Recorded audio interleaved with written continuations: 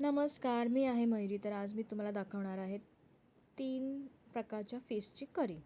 त्याच्यामध्ये पहिला आहे ओली वाकटी आणि दुसरा आहे बोंबील आणि तिसरा आहे मांदेली. तर आपण फिश करीसाठी लागणारं साहित्य बघूया.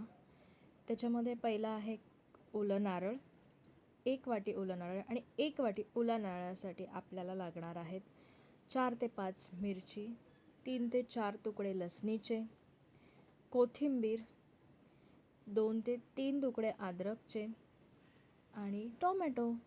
टोमॅटो मस्ट आहे. टोमॅटो वापरून ग्रेव्ही एकदम छान बनते, खूप टेस्टी बनते. टोमॅटो वापरून बघा, बिना टोमॅटोची ग्रेव्ही पण ट्राय करा आणि टोमॅटोची ग्रेव्ही पण ट्राय करा, खूप फरक जाणवेल तुम्हाला. तर 1 वाटीसाठी अर्धा टोमॅटो लागतो आणि 2 वाटी खोबरं असेल तर त्याच्यासाठी 1 पूर्ण नारळ, त्याच्यानंतर 5 ते 7 असे लसणीचे तुकडे, 4 ते 5 अद्रकचे तुकडे आणि कोथिंबीर पण वाढवायची आहे. तर जसं खोबऱ्याचं प्रमाण वाढेल तसं बाकीच्या जिन्नसचं पण प्रमाण वाढवायचं आहे. आणि आता हे वाटण मी बारीक वाटून घेतलेलं आहे आणि ते आपण आता तडकामध्ये टाकणार आहोत. तर तडक्यासाठी 1 पळी तेल, ही पळीच्या 3-4 माणसांसाठी इनफ होते.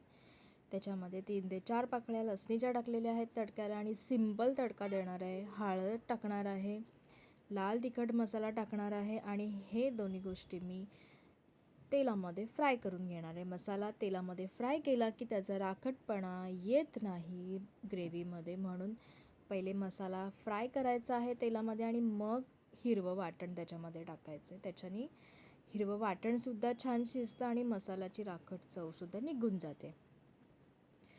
तर हिरवं वाटण व्यवस्थित शिजवून घ्यायचं आहे त्या मसाल्यामध्ये आणि तेलामध्ये आणि मग त्याच्यामध्ये पाहिजे ते अजून पदार्थ म्हणजे कोकम किंवा कोथिंबीर हे सगळं टाकायचं, पाणी टाकायचं आणि पाहिजे तेवढी ग्रेव्ही वाढवायची. जर पातळ ग्रेव्ही पाहिजे असेल तर पाणी जास्त टाकायचं, कमी ग्रेव्ही हवी असेल, कमी पातळ हवं असेल तर पाणी कमी टाकायचं आणि त्या ग्रेव्हीला एक उकळ घ्यायची पहिले.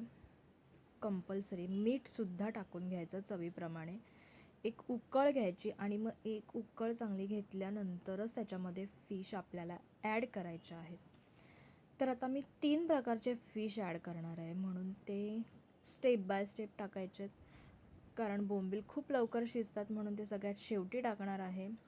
ओली वाकटी ही थोडी जाड असते, कडक असते, म्हणून ती सगळ्यात पहिले ॲड करणार आहे, जेणेकरून बोंबलाचा कुस्कर होणार नाही. बोंबील तुटतात रशामध्ये, म्हणून सगळ्यात शेवटला बोंबील टाकणार आहे. तर पहिले मी बगे टाकलेत. बगे म्हणजे सुकी वाकटी, ओली वाकटी आणि आता त्याच्यानंतर मांदेली टाकणार आहे रशामध्ये आणि हे 2 गोष्टी थोडे 30 सेकंड इनफ असतात. 30 सेकंड एक कड घ्यायची आणि लगेच बोंबील घालायचे. फिश हे खूप जास्त लवकर शिजतात, त्यांना अजिबात टाईम लागत नाही शिजायला. आणि मग व्यवस्थित एक कड घेतलेला आहे मी, बघू शकता, ओली वाकटी आणि मांदेल्यांना. आणि एक कड घेतल्यानंतर ते जे फिश आहेत मी थोडेसे बाजूला केलेत, कारण का जर बोंबील मी जर ॲड करते आहे तर बाकीच्या फिशच्या मध्ये ते बोंबील यायला नको, नाही तर ते पूर्ण तुटून जातील, म्हणून मी थोडे बाजूला करणार आहे फिश आणि मग ती जागा बनवून त्याच्यामध्ये मी बोंबील टाकणार आहे, जेणेकरून बोंबील सेपरेट राहतील व्यवस्थित. आणि एकदा बोंबील त्याच्यामध्ये टाकले की मग त्याला पळी फिरवायची नाही आहे, आपल्याला फक्त एक उकळ घ्यायची आहे आणि डायरेक्ट जेवतानाच आपल्याला ते रसा घ्यायचा आहे. तर बघू शकता खूप छान अशी ग्रेव्ही बनते. ही 3 फिशची एकत्र करी खूप टेस्टी बनते. ट्राय करून बघा आणि रेसिपी आवडल्यास लाईक, शेअर, सबस्क्राईब करा. थँक्यू.